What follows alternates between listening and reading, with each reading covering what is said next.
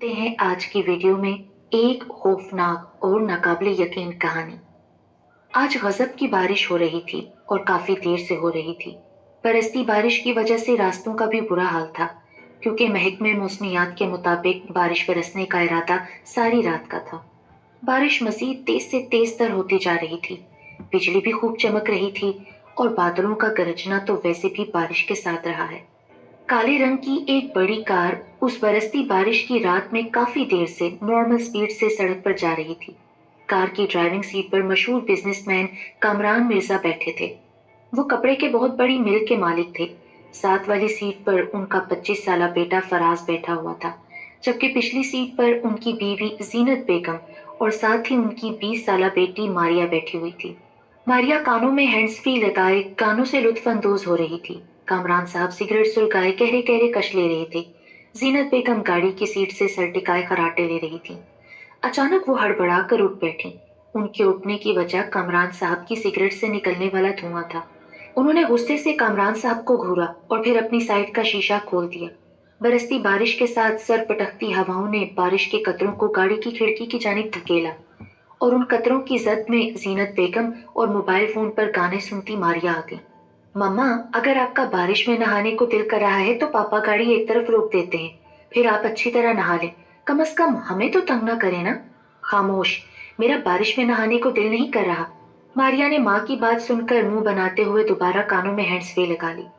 बेगम साहिबा, खैरियत तो है? काफी गुस्से में लग रही हैं आप ये सिगरेट बुझा नहीं सकते क्या? बुझा तो दूं, लेकिन इसे बुझाने के कुछ नुकसानात हो सकते हैं। क्या नुकसानात पापा? फराज बोल पड़ा। वो ये कि अगर मैंने सिगरेट बुझा दी तो कार एक्सीडेंट भी हो सकता है। वो कैसे? वो मैं बता ही देता हूँ।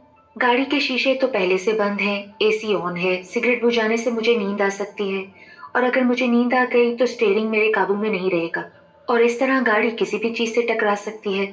इस मालूमात के लिए आपका बहुत बहुत शुक्रिया। जीनत बेगम ने मुंह बनाते हुए बोला, और इस सिगरेट की वजह से अगर 3 आदमी डिस्टर्ब हों तो? अरे बेगम, सिर्फ 1 डेढ़ घंटे का सफर बाकी रह गया है ना, फिर हम घर में होंगे। क्या मुसीबत है? बारिश का जोर अब मजीद बढ़ गया था। गाड़ी की विंड स्क्रीन पर चलते वाइपर नाकामी का सामना कर रहे थे। कामरान साहब ने गाड़ी की रफ्तार मजीद कम कर दी थी, क्योंकि अगर वो रफ्तार कम न करते तो गाड़ी किसी हादसे का शिकार हो जाती। बेगम साहिबा, अगर बारिश का यही हाल रहा तो हम 2-3 घंटों में घर पहुंचेंगे। इस बारिश को भी आज ही बरसना था। मम्मा, बारिश पर गुस्सा ना करें, वरना बारिश गुस्सा होकर मजीद तेज हो सकती है और पापा ने जो आपको 3 घंटे का वक्त दिया है ना, वो कहीं 5 घंटे का ना हो जाए। पापा, अब तो वाकई बारिश कम होने की बजाय तेज से तेज होती जा रही है। मेरे ख्याल से हमें थोड़ी देर के लिए कहीं रुक जाना चाहिए। फराज ने अपने बाप को मशवरा दिया। पर बेटा, कोई होटल या पेट्रोल पंप नजर आए तो ना? कामरान साहब ने फराज के मशवरे से मुतासिर होते हुए कहा। उसी वक्त बादल गरजे और जोर से बिजली चमकी। फराज और कामरान साहब की नजर फुटपाथ पर चलती हुई एक लड़की पर पड़ी तो कामरान साहब ने उसी वक्त ब्रेक पर पांव रख दिए। अरे क्या हुआ?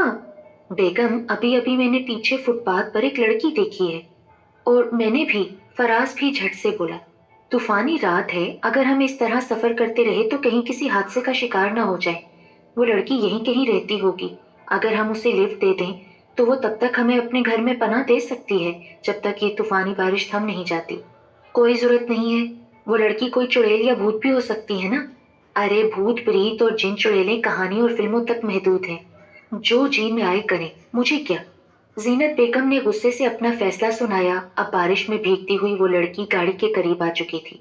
फराज ने अपनी साइड का शीशा नीचे करके बोला, सुनिए। लड़की रुकी और उसने अपना चेहरा फराज की तरफ किया तो फराज के दिल की धड़कनें तेज हो गईं। उसने इतनी खूबसूरत लड़की आज तक नहीं देखी थी। अगर आप कहें तो हम आपको आपके घर छोड़ दें? नहीं साहब, हमारा घर यहीं पास में है, मैं चली जाऊंगी। इसीलिए तो हम कह रहे हैं। क्या मतलब साहब? देखिए, इस तूफानी बारिश में हम मजीद सफर नहीं कर सकते। आपको आपके घर छोड़ देंगे और जब तक बारिश नहीं रुकती आप उस वक्त तक हमें अपने घर में पनाह दे दें। साहब, हमारा घर तो बहुत छोटा सा है। तो क्या हुआ, हमने वहां कौन सा हमेशा के लिए रहना है? चंद घंटों की तो बात है ना। मारिया ने थोड़ा सा परे होकर गाड़ी का पिछला दरवाजा खोल दिया तो वो लड़की झिझकते हुए कार में बैठ गई। बेटी, तुम्हारा क्या नाम है? कामरान साहब ने पूछा। मेरा नाम शराजिया है। तो शराजिया बेटी, तुम्हारा घर कहाँ है? थोड़ा सा आगे बाएं तरफ एक कच्चा रास्ता आएगा, उसके बाद हमारा गांव आ जाएगा। गांव का पहला घर हमारा है। कौन कौन है तुम्हारे घर में बेटी? अब्बू और एक भाई है। कामरान साहब ने शराजिया के कहने पर गाड़ी बाएं तरफ एक कच्चे रास्ते पर डाल दी। बारिश की वजह से कच्चे रास्ते पर गाड़ी चलाने में दुश्वारी पेश आ रही थी। गांव के इब्तदा में ही शराजिया का एक छोटा सा पक्का मकान था। कामरान साहब ने अपनी गाड़ी वहां रोक दी। वो सब घर में दाखिल हुए तो घर अंधेरे में डूबा हुआ था। शराजिया ने लालटेन जलाकर रोशनी कर दी। वो चारों चारपाई पर बैठ गए। उस घर में एक छोटा सा सहन, एक छोटा सा किचन, एक कमरा। दूध लाऊं? सुना है गांव का दूध बहुत खालिस होता है, ले आओ। क्यों बच्चों, क्या ख्याल है? नेकी और पूछ पूछ। शराजिया किचन की तरफ बढ़ गई। बारिश का जोर अभी भी बहुत ज्यादा था। बिजली की चमक और बादलों की करश भी बारिश के साथ खूब निभा रही थी। अच्छा हुआ हमने यहाँ पनाह ले ली, नहीं तो हम किसी हादसे का शिकार भी हो सकते थे। पर थोड़ी देर पहले तो आप कह रही थी कि ये लड़की चुड़ैल भी हो सकती है। अब आप कह रही हैं हमने इसके घर में पनाह लेकर अच्छा किया। एक तो आप लोग ना बात का बतंगड़ बना देते हैं। इतने में शराजिया दूध और प्याले ले आई। उन्होंने खूब मजे से दूध पिया। शराजिया, तुम्हारे अब्बू और भाई कहाँ हैं? वो जी, अब्बू फैक्ट्री गए हुए हैं, वहां चौकीदार हैं। अच्छा, एक बात की हैरत है मुझे, तुम इतनी तूफानी बारिश में सड़क पर क्या कर रही थी? फराज ने शराजिया के चेहरे पर नजरें गाड़ते हुए कहा। साहब जी, जंगल में मेरा भाई लकड़ियां लेने गया था, उसके पीछे गई थी। लकड़ियां सुबह भी लाई जा सकती थी ना? वो जी, सुबह भाई जल्दी काम पर चला जाता है ना। घर में लकड़ियां थोड़ी बहुत पड़ी थीं, जिनसे मैंने आपके लिए दूध गर्म किया है। साहब जी, आप लोग ऐसा करें, ऊपर के कमरे में आराम करें। जब बारिश थमेगी तो आप लोगों को मैं जगा दूंगी। ठीक है बेटी। बारिश का इरादा अभी रुकने वाला नहीं था। फराज चारपाई पर लेटा छत को घूर रहा था। कामरान साहब, जीनत बेगम, मारिया तो गहरी नींद के मजे लूट रहे थे, जबकि फराज शराजिया के ख्यालों में डूबा हुआ था। उसने अपनी जिंदगी में इतनी खूबसूरत लड़की नहीं देखी थी, ऊपर से उसका सादा अंदाज।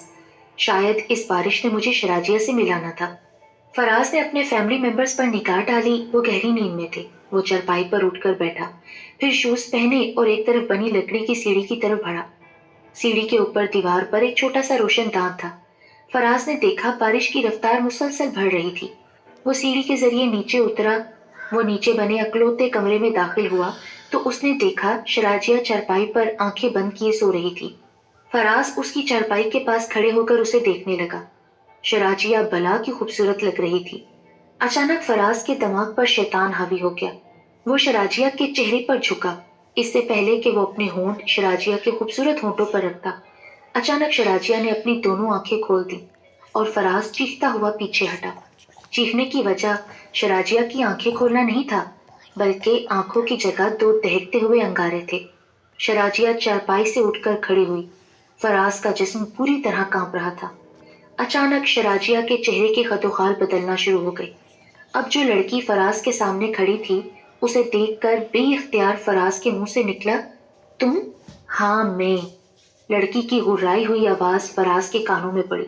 साथ ही वो लड़की उछली और फराज को लेती हुई फर्श पर जा गिरी। देखो, तुम मुझे माफ कर दो। क्या तुमने मुझे माफ किया था? लड़की नफरत ज़दा लहजे में बोली। साथ ही उसने हंसने के लिए मुंह खोला तो फराज ने देखा कि उस लड़की के सामने के लंबे और नुकीले दांत थे। उस लड़की ने अपने नुकीले दांत फराज की गर्दन में गाड़ दिए। दरवाजे पर जोरदार दस्तक हुई, जिसे सुनकर मारिया हड़बड़ाकर उठ बैठी। उसकी निगाह फराज की चारपाई पर पड़ी तो वो खाली थी। हैं, फराज भैया कहाँ गए? मारिया हैरानगी से बुड़बुड़ाई। साथ ही दरवाजे पर दस्तक की आवाज एक मर्तबा फिर सुनाई दी तो मारिया ने कामरान साहब और जीनत बेगम को देखा। वो साफ समझ गई कि वो ऐसी गहरी नींद में है कि उन्हें जगाने में अगर वो लग गई तो दरवाजे पर दस्तक देने वाला दरवाजा तोड़ देगा। वो उठकर बैठी और लकड़ी की सीढ़ी के जरिए छत से नीचे उतरी। इस दौरान दरवाजे पर कई मर्तबा दस्तक हो चुकी थी। मारिया ने आगे बढ़कर पूछे बिना बैरूनी दरवाजा खोल दिया और चीखती हुई पीछे हटी। बाहर एक खूबसूरत नौजवान हाथ में कुल्हाड़ी लिए खड़ा था। अरे अरे, आप क्यों चीख रही हैं? ये आपने कुल्हाड़ी क्यों पकड़ रखी है? वो मैं जंगल से लकड़ियां काटने के लिए गया था ना। तो आप शराजिया के भाई हैं? वो तो मैं हूँ, लेकिन आप कौन हैं? हम तो मुसाफिर हैं। हम क्या मतलब, आपके साथ और लोग भी हैं? जी हाँ, मेरे मम्मी पापा और एक भाई साथ हैं। यकीनन शराजिया आप लोगों को यहाँ लाई होगी। जी हाँ, बड़ी मेहमान नवाज है शराजिया। جی ہاں، آپ کی بات بالکل ٹھیک ہے، لیکن وہ کہیں نظر نہیں آ رہی۔ نظر تو میرا بھائی بھی کہیں نہیں آ رہا۔ ہو سکتا ہے وہ اور آپ کے بھائی میرے پیچھے آئے ہوں۔ میں جنگل میں لکڑیاں لینے گیا ہوا تھا نا۔ ویسے آپ کا نام کیا ہے؟ مجھے جبار کہتے ہیں۔ میں ماریا ہوں۔ یہ بارش تو آج رکنے کا نام ہی نہیں لے رہی۔ لگتا ہے آسمان آج کچھ زیادہ ہی آنسو بہا رہا ہے۔ جبار نے کھڑکی سے باہر جھانکتے ہوئے کہا تو ماریا ہنس پڑی۔ میری ماما کا کہنا ہے کہ ایسے ویرانے اور ایسے موسم میں بھوت اور چڑیلوں سے بھی واسطہ پڑ سکتا ہے، لیکن جبار صاحب ان باتوں پر مجھے قطعی یقین نہیں۔ وہ کیوں؟ اندھیری رات ہے، برستی بارش، چمکتی بجلی اور گرجتے بادل، ماحول تو فل ہارر ہے، اور آپ مجھے ڈرانے کی کوشش کر رہے ہیں تو میں آپ کو بتاتی چلوں مسٹر جبار، میں آج کل کی پڑھی لکھی اور سمجھدار لڑکی ہوں، میں ان باتوں پر قطعی یقین نہیں رکھتی۔ اس میں پڑھا لکھا اور سمجھدار ہونے کا کیا سوال ہے؟ ماریا صاحبہ، بھوت پری جادو حقیقت ہے، ان کا ذکر تو ہر دور میں رہا ہے نا۔ جبار صاحب، آج کل جس چیز کا نام جادو ہے وہ ہے سائنس۔ سائنس نے تو جادو کو بہت پیچھے چھوڑ دیا ہے۔ تو آپ پھر بھوت پریت کو نہیں مانتی؟ ہاں، بالکل نہیں۔ جہاں تک اس برستی بارش کا سوال ہے تو تمہیں 19 اکتوبر کی رات تو یاد ہوگی نا؟ جبار کی اس بات پر ماریا اپنی کرسی سے یوں اچھلی جیسے اسے 440 وولٹ کا جھٹکا لگا ہو۔ اور جہاں تک بھوت پریت کا سوال ہے تو یہ دیکھو۔ اتنا کہہ کر جبار کرسی سے اٹھ کھڑا ہوا تو ماریا نے دیکھا اچانک جبار کے چہرے کے خدوخال بدلنا شروع ہو گئے۔ خوف کے باعث ماریا نے کرسی سے اٹھنے کی کوشش کی، وہ کرسی سمیت پیچھے جا گری۔ پھر اچانک چہرہ بدلتا ہوا جبار کمرے سے غائب ہو گیا۔ ماریا دھڑکتے دل کے ساتھ اٹھ کر کھڑی ہوئی۔ پہچانا مجھے؟ اچانک ماریا کو اپنے پیچھے سے کرخ ڈراؤنی غراتی ہوئی مردانہ آواز سنائی دی۔ ماریا تیزی سے گھومی۔ ماریا کے پیچھے ایک خوبصورت نوجوان وہی کلہاڑی ہاتھ میں پکڑے کھڑا تھا جو تھوڑی دیر پہلے جبار کے ہاتھ میں تھی۔ تم؟ بے اختیار ماریا کے منہ سے نکلا۔ ہاں، میں۔ اتنا کہہ کر اس خوبصورت نوجوان نے کلہاڑی کا زوردار وار ماریا کی گردن پر کیا تو ماریا کو نہ تو چیخنے اور نہ ہی سنبھلنے کا وقت ملا۔ اس کی گردن کٹ کر کسی فٹ بال کی طرح زمین پر جا گری۔ وہ ایک سانپ کی پھنکار تھی جس نے زینت بیگم کی نیند میں خلل ڈالا اور انہیں آنکھیں کھولنے پر مجبور کر دیا۔ زینت بیگم نے دیکھا ایک کالے رنگ کا سانپ زینت بیگم کے سینے پر کنڈلی مارے بیٹھا تھا جو کسی وقت بھی زینت بیگم کو ڈس سکتا تھا۔ اپنے سینے پر اتنا خوفناک سانپ دیکھ کر زینت بیگم کا حلق خشک ہو گیا۔ انہوں نے اپنی آنکھیں گھمائیں تو کامران صاحب گہری نیند میں ڈوبے خراٹے لے رہے تھے۔ زینت بیگم نے اپنی آنکھوں کا دائرہ دوبارہ سانپ کی طرف کیا تو انہیں حیرت کا ایک شدید جھٹکا لگا۔ اب ان کے سینے پر سے سانپ غائب تھا۔ زینت بیگم نے اطمینان کے باعث ایک لمبا سانس کھینچا اور اٹھ کر بیٹھی۔ انہوں نے اپنے پسینے کو صاف کیا۔ فراز اور ماریا کی چرپائیاں خالی پڑی تھیں۔ یہ دونوں کہاں چلے گئے؟ سنیے، زینت بیگم نے کامران صاحب کو آواز دی لیکن کامران صاحب تو ٹس سے مس نہ ہوئے۔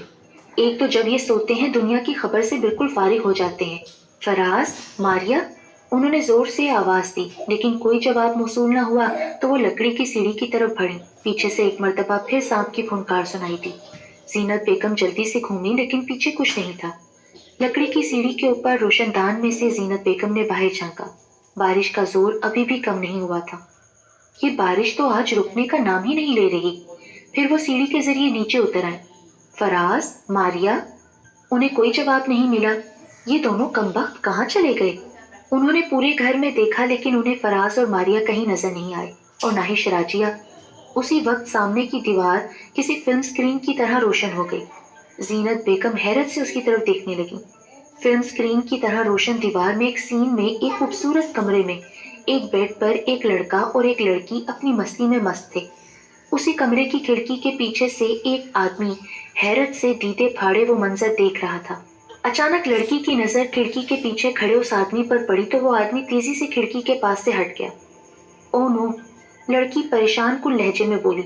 کیا ہوا ڈارلنگ؟ اصغر نے ہمیں دیکھ لیا ہے۔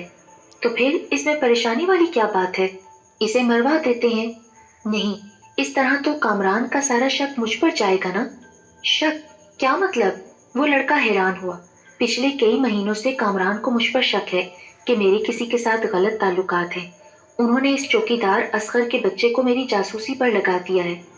لیکن زینت ڈارلنگ، تمہیں کیسے پتا کہ کامران نے اس اصغر کو تمہاری جاسوسی پر لگا رکھا ہے؟ میری خاص خاتمہ نے مجھے بتایا ہے۔ اور اس کی بات صحیح بھی ہے کیونکہ میں نے ابھی اسے کھڑکی کے پاس کھڑے دیکھا تھا۔ تم فکر کیوں کرتی ہو؟ میرے پاس ایک کام کا بندہ ہے جو ایسے مرڈر کرتا ہے کہ وہ مرڈر نہ لگے بلکہ موت لگے۔ تم فکر مت کرو۔ اتنا کہہ کر اس لڑکے نے بیڈ کے ساتھ اٹیچ ٹیبل پر پڑے ٹیلی فون کا ریسیور اٹھا لیا۔ دیوار پر دوسرا سین ابھرا جس میں کوارٹر کے باہر زوروں کی بارش ہو رہی تھی۔ اس کوارٹر میں اصغر پریشانی کے عالم میں ٹہل رہا تھا۔ کامران صاحب تو دوسرے شہر گئے ہوئے ہیں، آتے ہی انہیں بتا دوں گا، لیکن کہیں زینت بیگم مجھے مروا نہ دے۔ یہ سوچ کر اصغر پریشان ہو گیا۔ اسی وقت اصغر کو کمرے میں ایک سانپ کی پھنکار سنائی دی۔ اصغر نے زمین پر دیکھا تو ایک کالے رنگ کا بڑا سا سانپ کنڈلی مارے بیٹھا تھا۔ اس سے پہلے کہ اصغر اپنا بچاؤ کرتا، سانپ نے اسے ڈس لیا۔ اس کے ساتھ ہی دیوار اپنی پہلی جیسی حالت میں آ گئی۔ یہ تو زینت بیگم پریشانی سے ہکلائیں۔ ہاں زینت بیگم، یہ تمہارے کالے کرتوت تھے جو میں نے تمہیں دکھائے ہیں۔ اچانک زینت بیگم کو اپنے پیچھے سے گراتی ہوئی مردانہ آواز سنائی دی تو زینت بیگم تیزی سے گھومی۔ اس کے پیچھے اصغر غصے کی حالت میں کھڑا تھا۔ تم؟ زینت بیگم گھبراہٹ کے باعث ہکلاتے ہوئے پیچھے ہٹتے ہوئے بولی۔ ہاں، میں تو مر چکا تھا، لیکن زینت بیگم آج تمہاری موت بن کر لوٹا ہوں۔ اتنا کہہ کر اصغر نے اپنے ہاتھ زینت بیگم کی طرف بڑھا دیے تو اس کے ہاتھ لمبے ہوتے ہوئے زینت بیگم کی گردن تک جا پہنچے اور دونوں ہاتھوں نے زینت بیگم کی گردن دبوچ لی۔ پھر چشمے زدن میں زینت بیگم فرش پر گرتی چلی گئی۔ اٹھیے! اچانک کسی نے کامران صاحب کو جھنجھوڑا۔ کامران صاحب نے ادھر ادھر نگاہیں دوڑاتے ہوئے کہا، لیکن انہیں جھنجھوڑنے والا کوئی بھی موجود نہیں تھا۔ لیکن ایک حیران کن اور دل دہلا دینے والا سین ان کا منتظر تھا۔ سامنے 3 لاشیں چھت کے ساتھ الٹی لٹکی ہوئی تھیں۔ ایک لاش کا تو سر دھڑ سے غائب تھا اور اس دھڑ سے تیزی سے خون بہہ رہا تھا۔ باقی دونوں لاشوں سے بھی خون بہہ رہا تھا۔ وہ دھڑ کسی لڑکی کا تھا۔ خوف کے باعث کامران صاحب کا پورا جسم پسینے میں نہا گیا۔ کامران صاحب نے غور کیا تو ان کا اوپر کا سانس اوپر اور نیچے کا نیچے رہ گیا اور پاؤں تلے سے زمین سے رکھتی ہوئی محسوس ہوئی۔ وہ تینوں لاشیں بالترتیب زینت بیگم، فراز اور ماریا کی تھیں۔ ماریا؟ خوف اور صدمے کی وجہ سے کامران صاحب کے منہ سے الفاظ نہیں نکل رہے تھے۔ وہ آگے بڑھے اور لاشوں کے قریب جا کر دھاڑے مار مار کر رونے لگے۔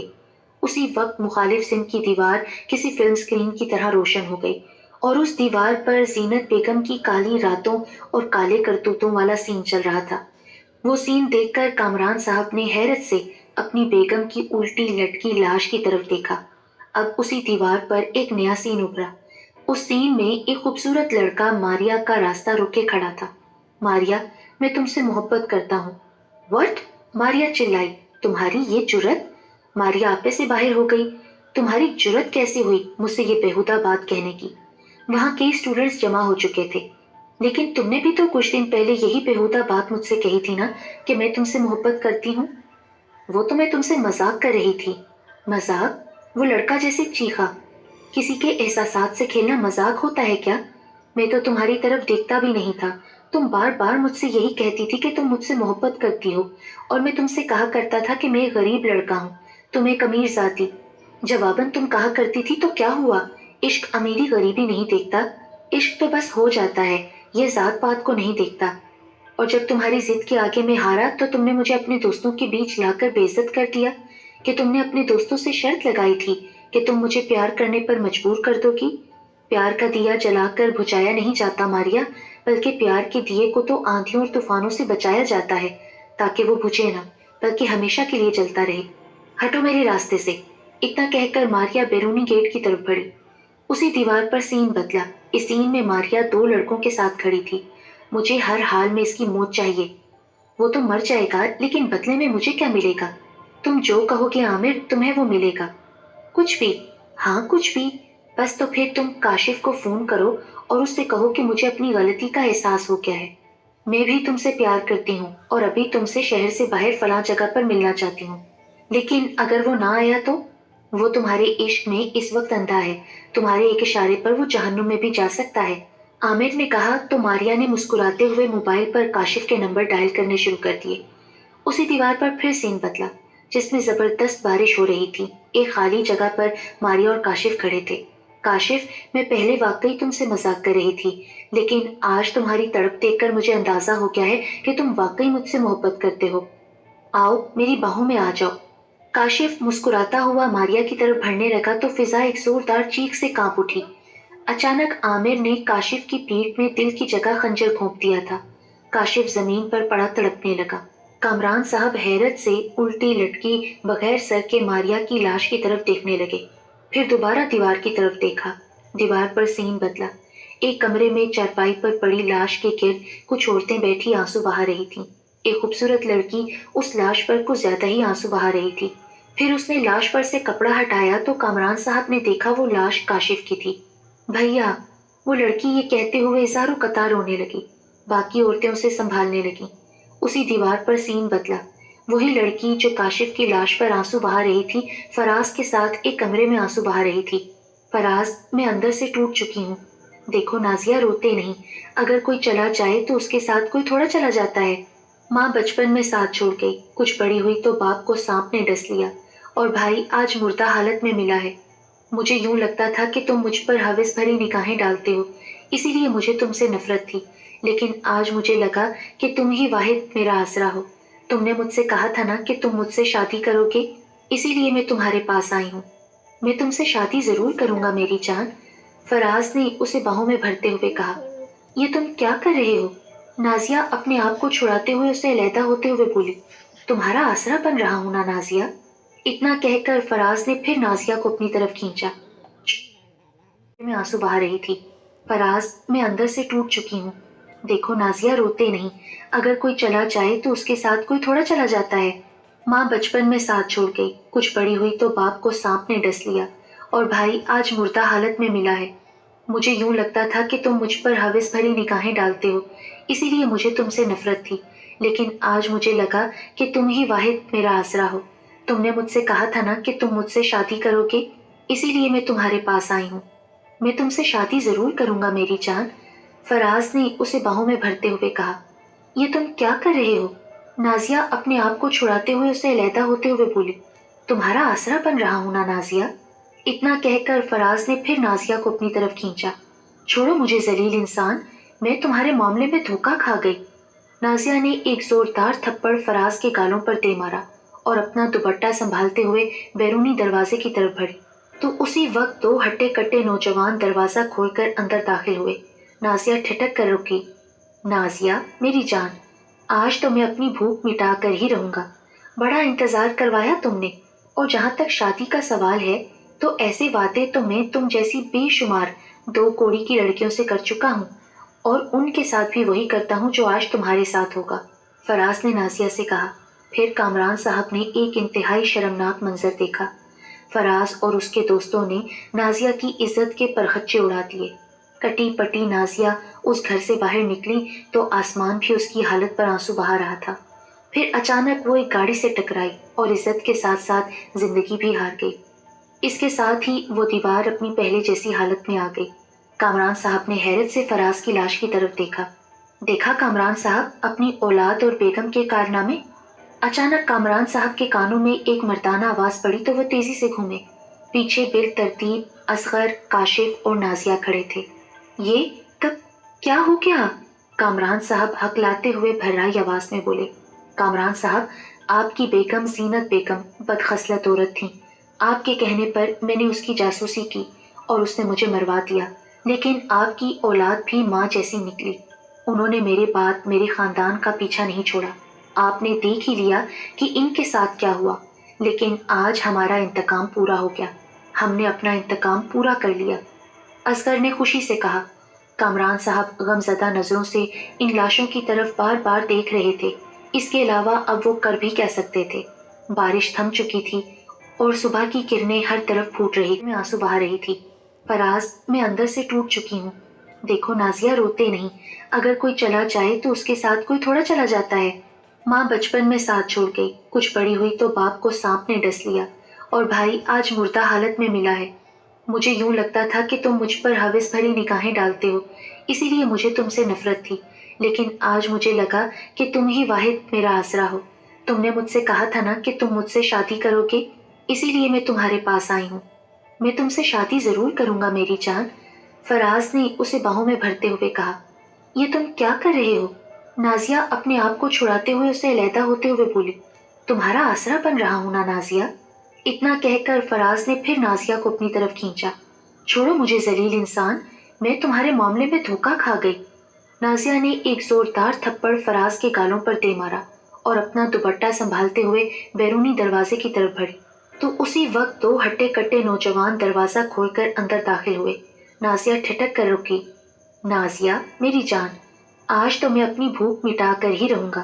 بڑا انتظار کروایا تم نے، اور جہاں تک شادی کا سوال ہے تو ایسے وعدے تو میں تم جیسی بے شمار دو کوڑی کی لڑکیوں سے کر چکا ہوں، اور ان کے ساتھ بھی وہی کرتا ہوں جو آج تمہارے ساتھ ہوگا، فراز نے نازیہ سے کہا۔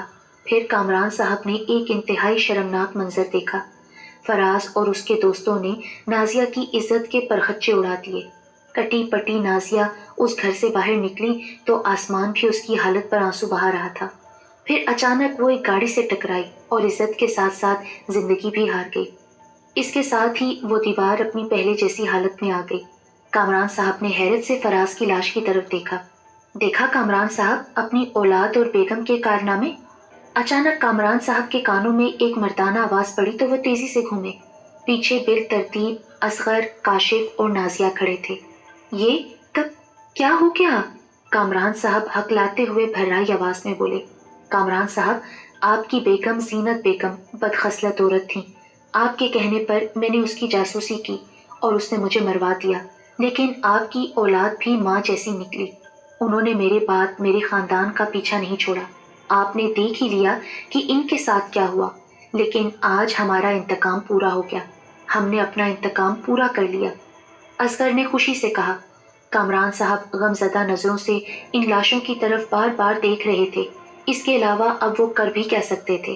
بارش تھم چکی تھی اور صبح کی کرنیں ہر طرف پھوٹ رہی